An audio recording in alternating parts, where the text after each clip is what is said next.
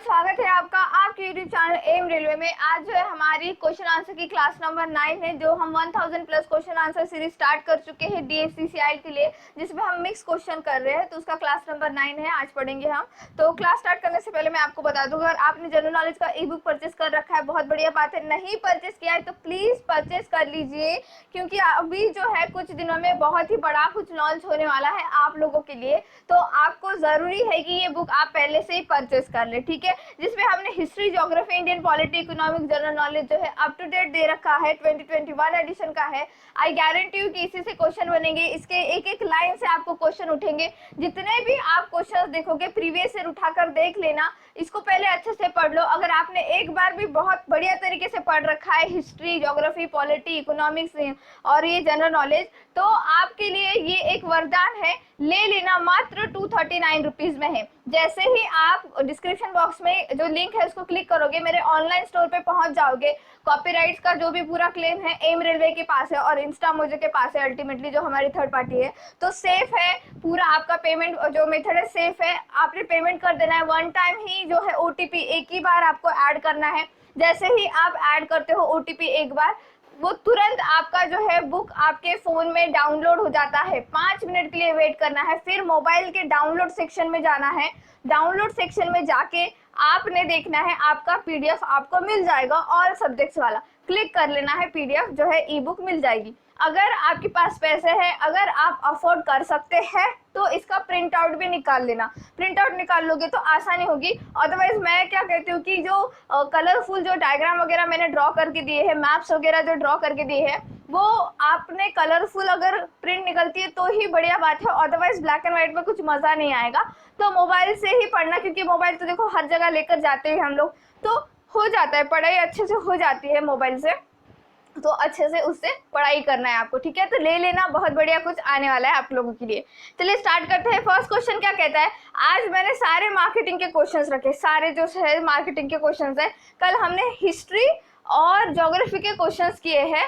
तो देखो आप ऐसे मत समझना कि उसका लेवल बहुत कम है, इस तरह के क्वेश्चंस नहीं बनेंगे। एग्जामिनर कभी भी आपको पूछ के क्वेश्चंस नहीं बनाता है। मैं आपको एक बात बता दूं, मुझे इतना ज़्यादा एक्सपीरियंस है पेपर देने का कि मुझे मैं समझ लेती हूँ कि अगर प्रीवियस ईयर पेपर देख लिया मैंने तो मैं समझ लेती हूँ अब आगे जाकर क्या पूछेगा, क्योंकि एक्सपीरियंस भी कुछ चीज़ होती है। सेकेंडली, कभी भी कोई भी पेपर बनता है तो ऐसा नहीं है कि सारे क्वेश्चंस हार्ड होंगे, बिल्कुल भी नहीं। इवन यूपीएससी भी बहुत आसान आसान क्वेश्चंस पूछता है। तो याद रखना, कभी भी जब पेपर दोगे तो उसका 30% पोर्शन ही हार्ड आता है, बाकी 20% मॉडरेट एंड 50% आसान आता है। उनको ऐसा नहीं है कि सबको फेल कर रहा है, भाई क्यों फेल करेंगे, उनको अल्टीमेटली लोग चाहिए। बस वो लोग पास होते हैं जो बहुत बढ़िया तरीके से प्रिपरेशन करते हैं और वो क्वेश्चन चूज करते हैं जो सबको आते हैं, और वो जो क्वेश्चन चूज करते हैं वो आसान, मतलब काइंड ऑफ आसान नहीं,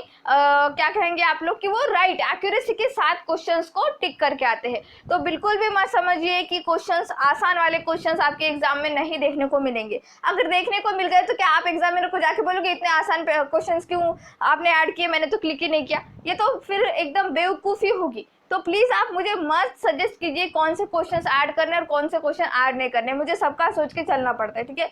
चलिए बहुत होगी बातें, स्टार्ट करते हैं। फर्स्ट क्वेश्चन क्या कहता है, which is the quadrant with the largest positive cash flow in BCG matrix. तो मैंने आपको बीसीजी मैट्रिक्स पढ़ा रखा है। बीसीजी मैट्रिक्स क्या कहता है, बीसीजी मैट्रिक्स एक कंपनी के बारे में बताता है, जो बताता है कि उसके जो अलग अलग प्रोडक्ट है, ठीक है, अलग अलग प्रोडक्ट को 4 क्वाड्रेंट में वो डिवाइड करता है। सबसे पहला कौन सा होता है, स्टार प्रोडक्ट होता है, जो कि एकदम से उस कंपनी के लिए स्टार प्रोडक्ट होता है। दूसरा अगर जानो तो क्वेश्चन मार्क प्रोडक्ट। तीसरा होता है डॉग, और फोर्थ वन कौन सा होता है, काऊ, कैश काऊ वाला प्रोडक्ट। कैश काऊ प्रोडक्ट क्या करता है, कंपनी को बहुत पैसा ला के देता है। अगर आप एप्पल का एग्जांपल लो तो एप्पल का जो आईफोन है वो एक कैश काऊ प्रोडक्ट है। क्या है वो, एक कैश काऊ प्रोडक्ट है। उसका स्टार प्रोडक्ट अगर आप जानना चाहो, उसका स्टार प्रोडक्ट होगा आपका अभी हाल फिलहाल जो चल रहा है आईपैड, ठीक है, आईपैड उसका स्टार प्रोडक्ट होगा। क्वेश्चन मार्क में वो प्रोडक्ट आते हैं जो कि जिसमें डेवलपमेंट करने की ज़रूरत है, जिसमें पैसा लगाने की ज़रूरत है, ज़्यादा से ज़्यादा उसकी मार्केटिंग करने की ज़रूरत है, इनोवेशन करने की ज़रूरत है, ऐसे प्रोडक्ट आते हैं। अगर एप्पल के माने तो फिर उसमें क्वेश्चन मार्क के जो क्वेश्चन मार्क का कोऑर्डिनेट है उसमें कौन सा प्रोडक्ट आएगा, वो आएगा मैकबुक, क्योंकि एप्पल का मैकबुक इतना ज़्यादा लोग नहीं परचेस करते हैं। नेक्स्ट जो है डॉग मतलब डॉग जाने जैसे कि वो सो चुका है, उसका एसेट इतना कुछ नहीं है, खाता पीता है, मस्त रहता है, ऐसे है ना, कंपनी को पैसे ला कर देता है। तो ऐसा कौन सा प्रोडक्ट होगा एप्पल का, वो होगा जो पहले म्यूजिक का जो आता था आईपॉड, ठीक है, इस तरह से। तो ये मैंने बहुत बढ़िया तरीके से आपको बता रखा है। और जो बीसीजी मैट्रिक्स होता है उसका एक्स एक्सिस क्या रिप्रेजेंट करता है, उसका एक्स एक्सिस रिप्रेजेंट करता है कि रिलेटिवली आपका मार्केट शेयर क्या है। रिलेटिवली मतलब कि पूरे मार्केट के कंपैरिजन में आपका मार्केट शेयर क्या है, ठीक है, रिलेटिव मार्केट शेयर। और जो वाई एक्सिस है वो क्या आपको दिखाता है कि वो आपका मार्केट ग्रोथ बताता है। क्या बताता है, मार्केट ग्रोथ, ये होता है परसेंटेज में। और रिलेटिवली मार्केट शेयर जो होता है ये होता है लॉगरिथम में। तो अब आप क्वेश्चन पढ़ो, आपको सब समझ में आ जाएगा कि जो हमारा बीसीजी मैट्रिक्स है उसका जो largest positive cash flow matrix क्या कहलाता है, ये कहलाता है काउ क्वाड्रेंट, ठीक है, क्या कहलाता है, काउ क्वाड्रेंट। बीसीजी क्या है, Boston consumer growth matrix, Boston consumer growth matrix. ये एक यूएसए की कंपनी है जिन्होंने ये एक तरह से मार्केटिंग मॉडल पूरे दुनिया को दिया है। ओके, बीसीजी से अब कोई भी क्वेश्चन आए तो बन जाएगा, आराम से बन जाएगा, बन जाना ही चाहिए। नेक्स्ट क्वेश्चन देखते हैं हम। In digital marketing, the acronym CTR stands for digital marketing में संक्षिप्त नाम CTR क्या अर्थ है। तो देखो डिजिटल मार्केटिंग जैसे अभी यूट्यूब भी एक डिजिटल मार्केटिंग प्लेटफॉर्म है। यहाँ पे बहुत सारे जो कंपनियाँ होती है वो प्रोडक्ट वगैरह बेचने का काम करती है। लोग जो है यहाँ से प्रोडक्ट जो है may be ad through, may be किसी इन्फ्लुएंसर के थ्रू बेचने का जो है कोशिश करते हैं और लोग खरीदते भी है। अल्टीमेटली ये तो क्या है, ये डिजिटल मार्केटिंग है। फेसबुक से भी बहुत सारे होते हैं, इंस्टाग्राम से बहुत ज़्यादा, मतलब सारा जो आप देखते हो इंटरनेट पे ये सारा डिजिटल मार्केटिंग के अंदर ही आता है। तो डिजिटल मार्केटिंग से रिलेटेड क्वेश्चंस अगर बनेंगे तो ऐसे ही बनेंगे, फुल फॉर्म बता दो, ठीक है, फुल फॉर्म बता दो वगैरह। जैसे आरपीएम भी बहुत ज़्यादा न्यूज़ में है आजकल, क्योंकि इंडिया का आरपीएम यूट्यूब से रिलेटेड है ये, कि इंडिया का आरपीएम क्यों कम रखा जाता है हमेशा अदर कंट्रीज से, इस तरह का जो है आजकल कंट्रोवर्सी चल रही है, यूट्यूबर्स जानते हैं ये बात को। तो आरपीएम क्या होता है, रिवेन्यू पर माइल, मतलब कि 1000 व्यूअर्स के पीछे कितना पैसा देता है यूट्यूब, ठीक है, 1000 व्यूअर्स के पीछे कितना डॉलर देता है यूट्यूब, वो आरपीएम बताता है। तो सीटीआर का फुल फॉर्म क्या है, क्लिक थ्रू रेट, क्या है, क्लिक थ्रू रेट, ये इसका राइट आंसर है। नेक्स्ट क्वेश्चन देखते हैं। How many types of consumer clusters are defined in the VALS framework which divides consumers according to their buying motivation behaviour. VALS का जो ढांचा है इसमें कितने प्रकार के उपभोक्ता का समूह परिभाषित किया गया है जो उपभोक्ता को उनके खरीद प्रेरणा व्यवहार के अनुसार विभाजित करता है। तो मैंने आपको वॉल्स फ्रेमवर्क, ईडा फ्रेमवर्क बहुत बढ़िया तरीके से पढ़ा रखा है। तो वॉल्स का फुल फॉर्म क्या है, वैल्यूज, ठीक है, वैल्यूज, एटीट्यूड्स एंड लाइफस्टाइल, इसका फुल फॉर्म ये है। ये फुल फॉर्म से भी क्वेश्चन बन सकता है, सिंपल सा है, याद रखना है आपको। नेक्स्टली इसमें 8 जो है कंज्यूमर के बिहेवियर दे रखे हैं। 8 पूरा मैंने आपको 1 बाय 1 बहुत बढ़िया तरीके से समझा रखा है। सबसे पहला कौन सा बिहेवियर अगर आपको देखने को मिलता है तो वो है इनोवेटर्स, ठीक है, innovators. Secondly thinkers, thirdly believers, achievers, strivers, experiencers, makers, survivors. तो इनोवेटर्स वो लोग होते हैं जिनके पास बहुत ज़्यादा पैसा है, ठीक है, इनोवेटर्स वो लोग जिनके पास संसाधनों की कोई कमी नहीं है और वो हमेशा नई नई चीज़ें एक्सपेरिमेंट करने के लिए रेडी रहते हैं। सर्वाइवर्स वो लोग जिनके पास पैसों की कमी है, एनर्जी की कमी है, उनका एज भी उतना नहीं है, ना उनके पास संसाधन है, वो सिर्फ जीने के लिए जी रहे हैं या फिर वो जितना उनके पास है उतने में वो खुश है। सर्वाइवर्स अल्टीमेटली, ठीक है, ये समझ में आ गया। तो इस क्वेश्चन का राइट आंसर क्या है कि भाई ये 8 इसमें परिभाषित किए गए हैं। 8 जो है अलग अलग ढांचे, वॉल्स के ढांचे में उपभोक्ता का समूह किया गया है 8 हिस्सों में, ठीक है। नेक्स्ट क्वेश्चन क्या है, विच of this an example of G2C marketing drive, इनमें से कौन G2C मार्केटिंग ड्राइव का एक उदाहरण है। तो मैंने आपको मार्केटिंग ड्राइव पढ़ा रखा है G2C, B2B, ठीक है, B2C इस तरह से। तो G2C का क्या होता है, गवर्नमेंट टू सिटीजन रिलेशनशिप बताता है। तो ऑप्शन देखना कौन सा ऐसा ऑप्शन है जो गवर्नमेंट टू सिटीजन रिलेशनशिप बता रहा है डायरेक्ट, कि गवर्नमेंट जो है सिटीजन के लिए कुछ ऐसा कर रही है कि जो कोई भी बीच का जो ब्रोकर है, बिचौलिया जिसे कहते हैं, वो थर्ड पार्टी इन्वॉल्व ही नहीं है, direct government and direct citizen, ठीक है, नॉट कंज्यूमर हियर, सिटीजन। तो देखो इसका जो है sale of government bonds to general public, आम जनता को सरकारी बॉन्ड की बिक्री करना। तो ये सरकार ही जो है बॉन्ड रिलीज करती है, और जिनका भी डीमैट अकाउंट वगैरह है, जो भी काइंड ऑफ शेयर मार्केट में वगैरह है, उनको तो पता ही होगा कि हम लोग क्या करते हैं, वो बॉन्ड खरीद लेते हैं। तो इसमें बीच में हमें किसी की जरूरत होती है, किसी ब्रोकर की जरूरत होती है, बिल्कुल नहीं जरूरत होती है। तो रिलेशनशिप क्या हुआ, government to citizen, G2C marketing drive. Right answer क्या है, option A. Next, name the branding practice wherein several related products with the same brand name are advertised using the same brand name।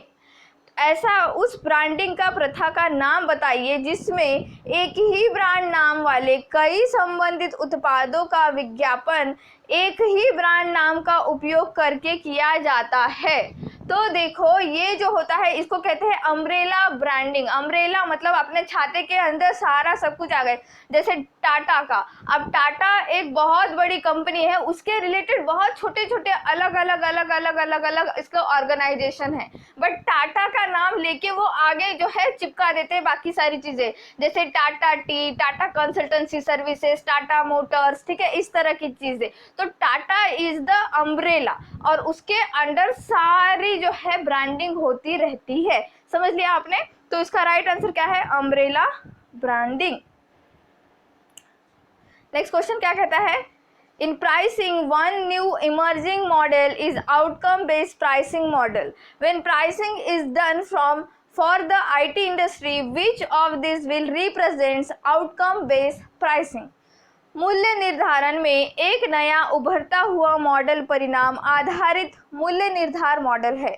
जब IT उद्योग के लिए मूल्य निर्धारण किया जाता है तो इनमें से कौन परिणाम आधारित मूल्य निर्धारण का प्रतिनिधित्व करेगा। तो देखो जो IT सेक्टर में प्राइसिंग के बारे में बात की गई है, तो मैंने आपको प्राइसिंग का पढ़ा रखा है कि भाई प्राइसिंग जो होती है, जो मतलब किसी भी प्रोडक्ट का, किसी भी सर्विसेज का जब पैसा कहेंगे उसका वैल्यू, ठीक है, उसका प्राइस जो डिसाइड किया जाता है तो वो किसको दिमाग में रख के किया जाता है, अल्टीमेटली ये पूछा जा रहा है, ठीक है। तो ये किया जाता है कि भाई उनको कितना प्रॉफिट मिल रहा है, ठीक है, किसको, क्लाइंट को, IT सेक्टर का, ग्राहक की जो है लाभप्रदता में वृद्धि को दिमाग में रख के ये एक प्राइसिंग की जाती है। तो इसका राइट आंसर क्या होगा, increase in profitability of client, ठीक है, increase the profitability of client या फिर ऑफ द क्लाइंट कहेंगे आप, ठीक है,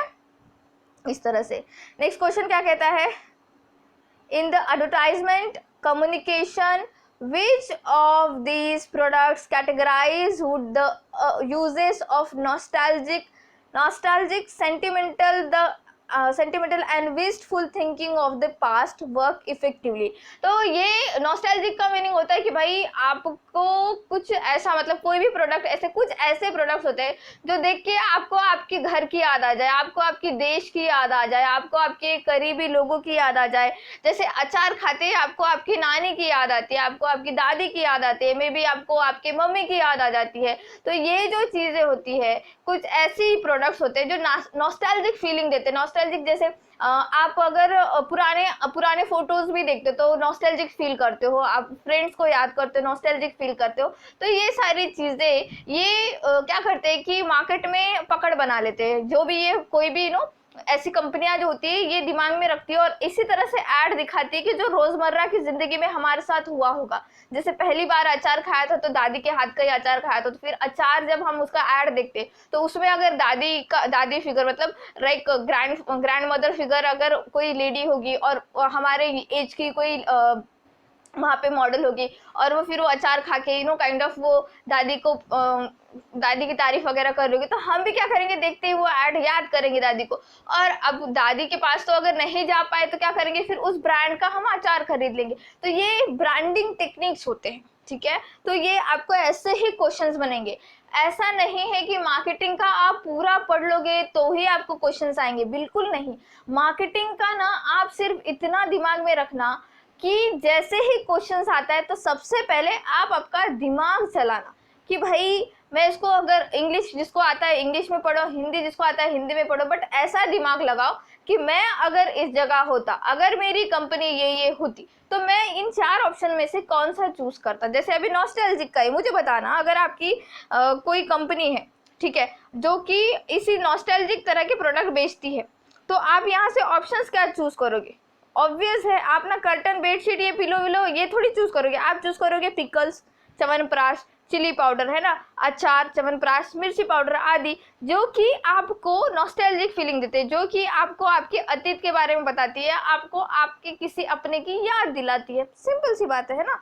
तो कुछ क्वेश्चंस ऐसे है ना मार्केटिंग में जिसको पढ़ने की जरूरत नहीं है। अगर कोई पढ़ भी नहीं चुका होगा ना, मार्केटिंग अगर कोई छोड़ के भी जाता है तो कुछ ऐसे क्वेश्चंस होंगे, 3 से 4 क्वेश्चंस ऐसे होंगे जो आराम से आ जाएंगे। जैसे मैंने कहा CTR, क्लिक थ्रू रेट, पढ़ने की जरूरत नहीं है, सबको आता है वो। RPM जो रिवेन्यू पर माइल, किसी को ऐसे पढ़ने की जरूरत नहीं, आ जाता है। बहुत ज्यादा हम डिजिटली डेवलप हो चुके हैं, इवॉल्व हो चुके हैं, तो दिमाग बस खुला रखना क्वेश्चंस पढ़ते समय, ठीक है।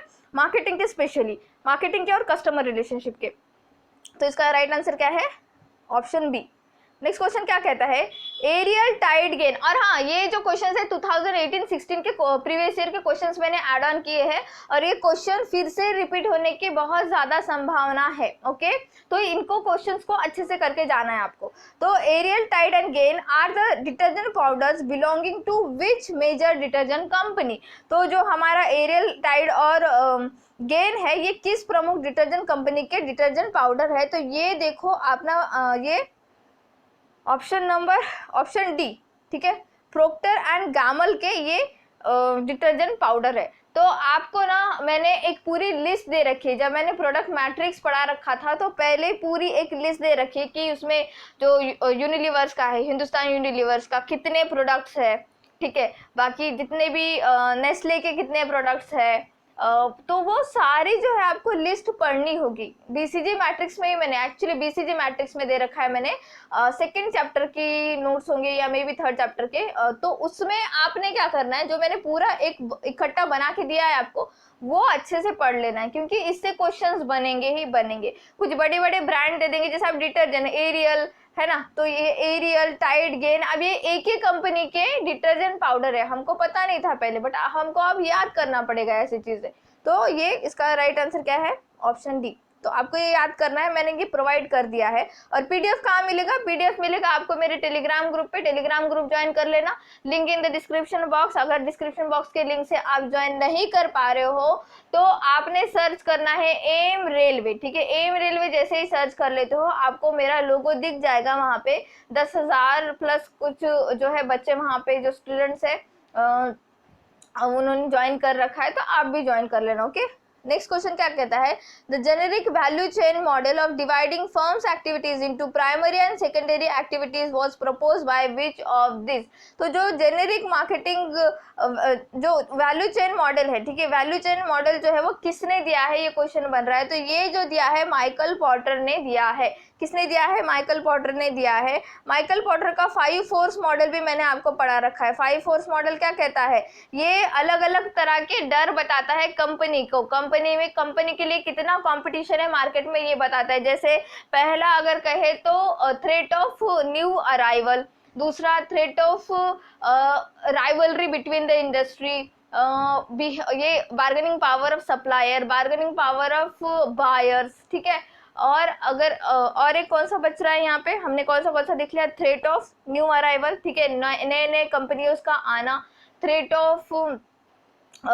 ऑफ क्या था, new arrival, buying power of supplier and buyer, और इसमें और क्या था, buying power of supplier and, याद ही नहीं आ रहा मुझे, हाँ सब्स्टिट्यूट, जो कि कॉफी और मैंने चाय का आपको एग्जांपल दिया था, हाँ कि जो थ्रेट ऑफ सब्स्टिट्यूट, विकल्प का जो डर होता है वो एक, ठीक है। तो मैंने 5 के 5 आपको फोर्स पढ़ा रखे हैं माइकल पोर्टर का, बहुत जबरदस्त है ये क्वेश्चन, बनेगा ही बनेगा। तो अगर आपने मेरे लेक्चर्स अच्छे से नहीं किए होंगे तो फिर से लेक्चर्स कर लेना बच्चों, ठीक है। नेक्स्ट क्वेश्चन क्या कहता है, in social media space which of these platforms is primarily focus on dissemination of images and small GIFs क्या है, ग्राफिक इंटरचेंज फॉर्मेट। तो सोशल मीडिया स्पेस में इनमें से कौन सा प्लेटफॉर्म है मुख्य रूप से छवियों और छोटे GIF गिफिस के प्रसार पर केंद्रित है। तो ये देखो, मैंने अब इसको ये पढ़ने के लिए आपको मार्केटिंग की किताब उठाने की जरूरत है क्या, नहीं है, आपको नॉलेज होने की जरूरत है डिजिटल मार्केटिंग की। अब ऑप्शन देखो, पिंटरेस्ट, टम्बलर, ट्विटर, फेसबुक। तो भाई इसका राइट आंसर क्या होगा, इसका राइट आंसर होगा पिंटरेस्ट। पिंटरेस्ट में ही आपने देखा होगा कि इमेजेस वगैरह जो है, पिंटरेस्ट तो अल्टीमेटली हम लोग इसीलिए डाउनलोड करते हैं कि अच्छे क्वालिटी के जो है पिक्चर्स मिल जाए, कोई एक आपको काइंड ऑफ क्या कहते हैं आर्टिस्टिक आइडिया मिल जाए किसी चीज़ को बनाने के लिए।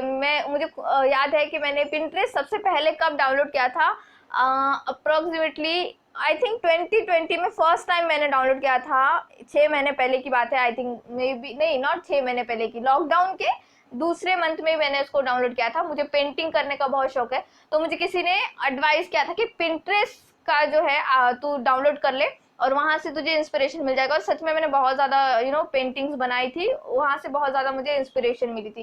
तो पिंटरेस्ट जो है एक प्लेटफॉर्म है जहाँ पे आपको इमेजेस वगैरह बहुत बढ़िया क्वालिटी के मिल जाते हैं, आइडियाज़ वगैरह मिल जाते हैं। लोग वहाँ पे उस प्लेटफॉर्म पे, मैंने भी खुद बहुत सारी जो मेरी पेंटिंग्स है मैंने वहाँ पे अपलोड कर रखी है। सिर्फ पेंटिंग्स ही नहीं, बहुत सारी चीज़ें, जैसे आप अगर कुछ शोपीस बनाना चाहते हो या फिर उलन का कुछ बनाना चाहते हो, वहाँ पे आप बिजनेस भी कर सकते हो। ऐसा नहीं है कि सिर्फ आप अपलोड कर दोगे तो चल जाएगा, नहीं। वहाँ पे ये अप्रोक्सीमेटली पिंटरेस्ट जो है इंडिया में इतना ज़्यादा पॉपुलर नहीं है, बट बाहर देश में बहुत ज़्यादा पॉपुलर है वो, इसलिए हमको पता नहीं होता और फिर क्वेश्चन ऐसे ही बन जाते। तो याद रखना है आपको, पिंटरेस्ट क्या है, इसका राइट आंसर है। तो इतने क्वेश्चन थे आज, जितना मैंने पढ़ा रखा है प्लीज़ अच्छे से पढ़ लेना, जितने भी क्वेश्चंस करा रखे अच्छे से कर लेना है आपको, और मार्केटिंग के सारी क्लासेस करनी है। Thank you so much for watching, please subscribe to my channel, share this video, like this video and please keep revising. Thank you.